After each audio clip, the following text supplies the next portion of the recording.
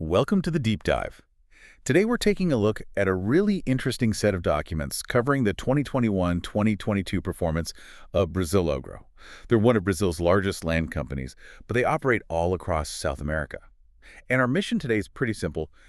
We want to figure out how they pulled off a record-breaking year, during one of the most chaotic market periods we've seen in a long time. And before we get into the numbers, I think it's really important to define what they actually do. Right. Because calling them just a farming company really misses the whole point. It does. I mean, yes, they have huge farms, soybeans, corn, sugarcane, livestock. They're in Brazil, Paraguay, Bolivia. But the real story, the genius of it, is the real estate play. Exactly. It's basically an investment thesis inside an agribusiness. They go in, they acquire land that's underused, sometimes just totally undeveloped. Then they pour capital into it, irrigation, soil improvement, high-tech farming, and the value just skyrockets. And then when the market's right, they sell off those developed properties for these huge capital gains. So they're running this agricultural engine that just happens to fuel a massive land investment fund. That's a perfect way to put it. And that dual strategy, it was incredibly powerful in 2021, 2022. I mean, you have to remember the context. You've got COVID aftershocks, supply chains are a mess globally, and then the war in Ukraine starts, which just throws the commodity markets into chaos. Total turmoil. And yet, this is the year they achieved their best ever nominal result. The financials are pretty staggering when you look at them in that light. They really are. Total net revenue hit 1.5 billion Brazilian reais. Which is an increase of what, almost double? Nearly 100%, 98% to be precise. And adjusted EBITDA shot up even more, 105% to our $748.1 million. And the whole land portfolio was valued at around our $3.3 billion. So record performance in a market that was just on fire. The big question for you listening is, how did they do it? How do they manage that when it seems like every single external factor was working against them? Okay, let's unpack this. Maybe we should start with the obstacles they had to overcome first. Yeah, let's start there. The first one is the big external shock, those geopolitical and inflationary pressures. The war in Ukraine just magnified all the existing problems in the supply chain. Things like the Suez Canal blockage from a few months earlier. Right. And this created a kind of double-edged sword for agribusiness. On one hand, commodity prices went through the roof, which is great for revenue. Sure. But on the other, the cost of all your crucial inputs, especially fertilizer, so much of which comes from that Black Sea region, it just exploded. Okay, so the price they got for their soybeans was fantastic, but the cost to actually grow them was becoming punishingly high. What was their defense against that? It was a multi-layered approach. First, just the sheer diversity of their portfolio. Different countries, different crops. So if the corn market was getting squeezed, maybe their sugarcane or livestock operations were more stable. It's a natural hedge. Okay. And second, and this is really crucial, they were very proactive with financial risk management. They used forward contracts to lock in good prices for their crops early on. And they had these really sophisticated purchasing strategies to get their fertilizer stocks in place before the worst of the price spikes hit. That proactive financial management is key. But here's the part I find really interesting. They pulled off this financial record while facing massive real-world setbacks from the climate. Oh, absolutely. The documents are full of it. Significant crop damage. The drought was severe in a lot of places. In Paraguay, for example, their corn production dropped by 25% from what they expected. Oh, 25%. Yeah, and they saw lower yields for cotton and corn in key areas in Brazil, too, like Bahia and Mato Grosso. The weather was just hammering them. And that really raises a question about their whole risk strategy, doesn't it? Because diversification is great, but it only works until you get a bad weather event that hits multiple regions at once. It's a mix of strategy and, honestly, some fortunate timing. The diversification model did work as intended. For instance, the soybean harvests in Brazil and Bolivia were very successful. And that success helped to offset the huge losses they took on the corn in Paraguay. So having assets in 3 different countries with different microclimates, it really did prove to be a solid hedge against that kind of regional climate shock. Okay, so let's shift gears a bit. From the physical environment to the human one. I mean, attracting and keeping good people on these remote farms has to be a constant battle. It's a huge structural challenge in the industry. BrasilAgro's answer has been to invest really heavily in their internal culture. And you can see it in the numbers. They got the Great Place to Work certification, GPTW, for the 4th year in a row. And that's based on what their actual employees are saying, right? Exactly. It's anonymous feedback. They ranked fifth among medium-sized agribusinesses in Brazil, and they had a 90% employee satisfaction rate. That 90%, that's not just a nice number, it's a massive strategic asset. In this industry, where the quality of your labor directly impacts your yield, having happy, skilled people in these remote spots is a core advantage. It's not just a nice to have. Precisely. They know that without those skilled, satisfied people on the ground, all the best tech and developed land in the world won't get you where you need to be. Okay, great. So now we understand the challenges. Let's look at the key strategic moves that let them turn that resilience into a record $1.5 billion a year. And I think we have to start with the single biggest event, the one that proved the whole model works, the real estate sales. No question. Event 1 was the largest land sale in the company's entire history. They sold over 7,000 hectares across two different farms, Alto Taquari and Rio do Mayo. And the number was what? Our $720 million? That's an enormous figure. You have to put that in context for us. That's right, about our $720 million in proceeds. And this is the ultimate proof that the land appreciation side of their business is, right now, the dominant force. It just validates the entire cycle. You buy raw land, you develop it, you wait for commodity prices and inflation to push up its value, and then you sell at the peak for a massive gain. So that one sale basically paid for everything else. It was the primary driver of their record revenue, and it essentially de-risked their performance against all those other operational challenges we were just talking about. Okay, but let's play devil's advocate for a second. When you sell off 7,000 hectares, isn't there a risk that you're just selling the crown jewels, sacrificing future production for a short-term cash injection? That is the central tension of their model, and it's what investors watch so closely. The idea is they only sell land when its valuation potential is pretty much maxed out. They're constantly recycling that capital, so that our $720 million, it's immediately available to go buy new, undeveloped land somewhere else and start the cycle all over again. They treat land as a cyclical asset, not a permanent one. Fascinating. Okay, event 2. Let's look at how they're defending against those crazy input costs we talked about. Their big investment in biologicals. Yes, this is a huge strategic pivot. This year, they opened their first automated biofactory on the Chaparral farm in Bahia, and this facility is making biopesticides right there, on farm. So why is making it on the farm so important? Is it just about being more green? It's way more than that. It's a direct strategic defense against global supply shocks. By making these inputs themselves, they're insulating their business from the next fertilizer price spike caused by, a war or a blocked canal. It cuts their dependence on these long, fragile supply chains. Right. And their spending shows how serious they are.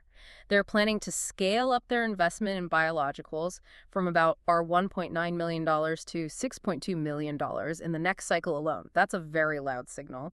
And finally, a quick touch on governance. For a company listed on both the Brazilian and New York stock exchanges, this stuff is not optional. No, and they made real progress. A big milestone was appointing 2 women to the board of directors for the first time ever, a huge step for diversity at the top. And they also formalized a new policy on related party transactions and announced they're setting up a dedicated audit committee, which just tightens up all the financial oversight. Okay, that's a great setup. Let's move into the ESG highlights, the environmental, social, and governance stuff. What's the story on the E for environment? Well, the scale is the first thing that stands out. They actively manage over 70,000 hectares of protected conservation areas on their own land. That's a massive footprint. And a really concrete example is their partnership with ICM Bio, which is Brazil's main conservation agency.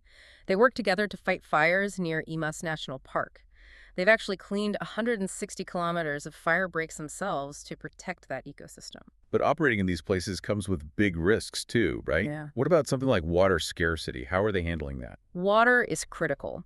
The sources show most of their farms are in what's classified as medium to high water stress regions. So to deal with that, they're installing telemetry and automation systems to monitor water use, especially in places like Bahia. Telemetry meaning what exactly? It means they can monitor and control their irrigation systems remotely, in real time. It's not just checking a gauge once a day. It ensures every single drop of water is used as efficiently as possible, which is a massive competitive advantage when water is scarce. And what about their carbon footprint? Where are they on tracking greenhouse gases? They just completed their first official greenhouse gas inventory. It's a baseline, the first step. The net balance was about 835,000 metric tons of CO2 equivalent, which, is a substantial number. It shows that while farming can capture carbon, it's also a source of emissions from livestock, fertilizers, machinery. So now they have a starting point to measure against. Exactly. Mhm. Now they can track the impact of future changes, like that big shift to biological inputs we talked about. And they're also part of projects looking at how to monetize carbon capture in the future. Okay, on to the S for social. Beyond those great GPTW scores, what are they doing for the communities around them?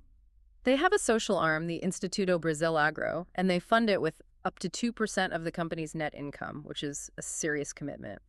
And the focus is mainly on education. Their BrasilAgro Educa project helps employees who never finished basic schooling to get their diplomas. So it's not just charity, it's an investment in their own workforce. Right, it improves the skill level, it improves quality of life, and that feeds right back into talent retention in those really remote areas. And are they actively trying to improve diversity in that workforce? They are. They're designing a formal diversity and inclusion plan right now. And the specific goal is to get more women into leadership roles, but also, critically, into the operational field roles where they're currently underrepresented. Okay, let's wrap up with G for governance. Let's focus on ethics and safety on the ground. The ethics side looks strong. They reported 0 corruption incidents, which is significant, and 100% of their people are covered by collective bargaining agreements. But the really transformative piece is on safety. They've corrected over 80% of reported unsafe conditions, so they're taking action. Right. But the really critical development is a new set of safety regulations they call the Golden Rules. And the cornerstone of that is something called the safe decision, or the duty of refusal. Okay, the duty of refusal. Why is giving a worker on a tractor the power to just stop work? Why is that such a profound cultural shift? Because it completely decentralizes safety authority. In the old model, a worker sees a problem, they have to go find a manager, get approval to stop. It creates delays, it discourages reporting. The duty of refusal empowers any employee to halt a job immediately if they think it's unsafe, no questions asked. It builds a proactive culture, and it can prevent catastrophic accidents that happen when people feel pressured to just keep going. It's a hallmark of modern, responsible governance. That is a huge shift. Okay, so we've covered performance, challenges, strategy. Let's look forward. What are the top priorities for BrasilAgro in the next cycle?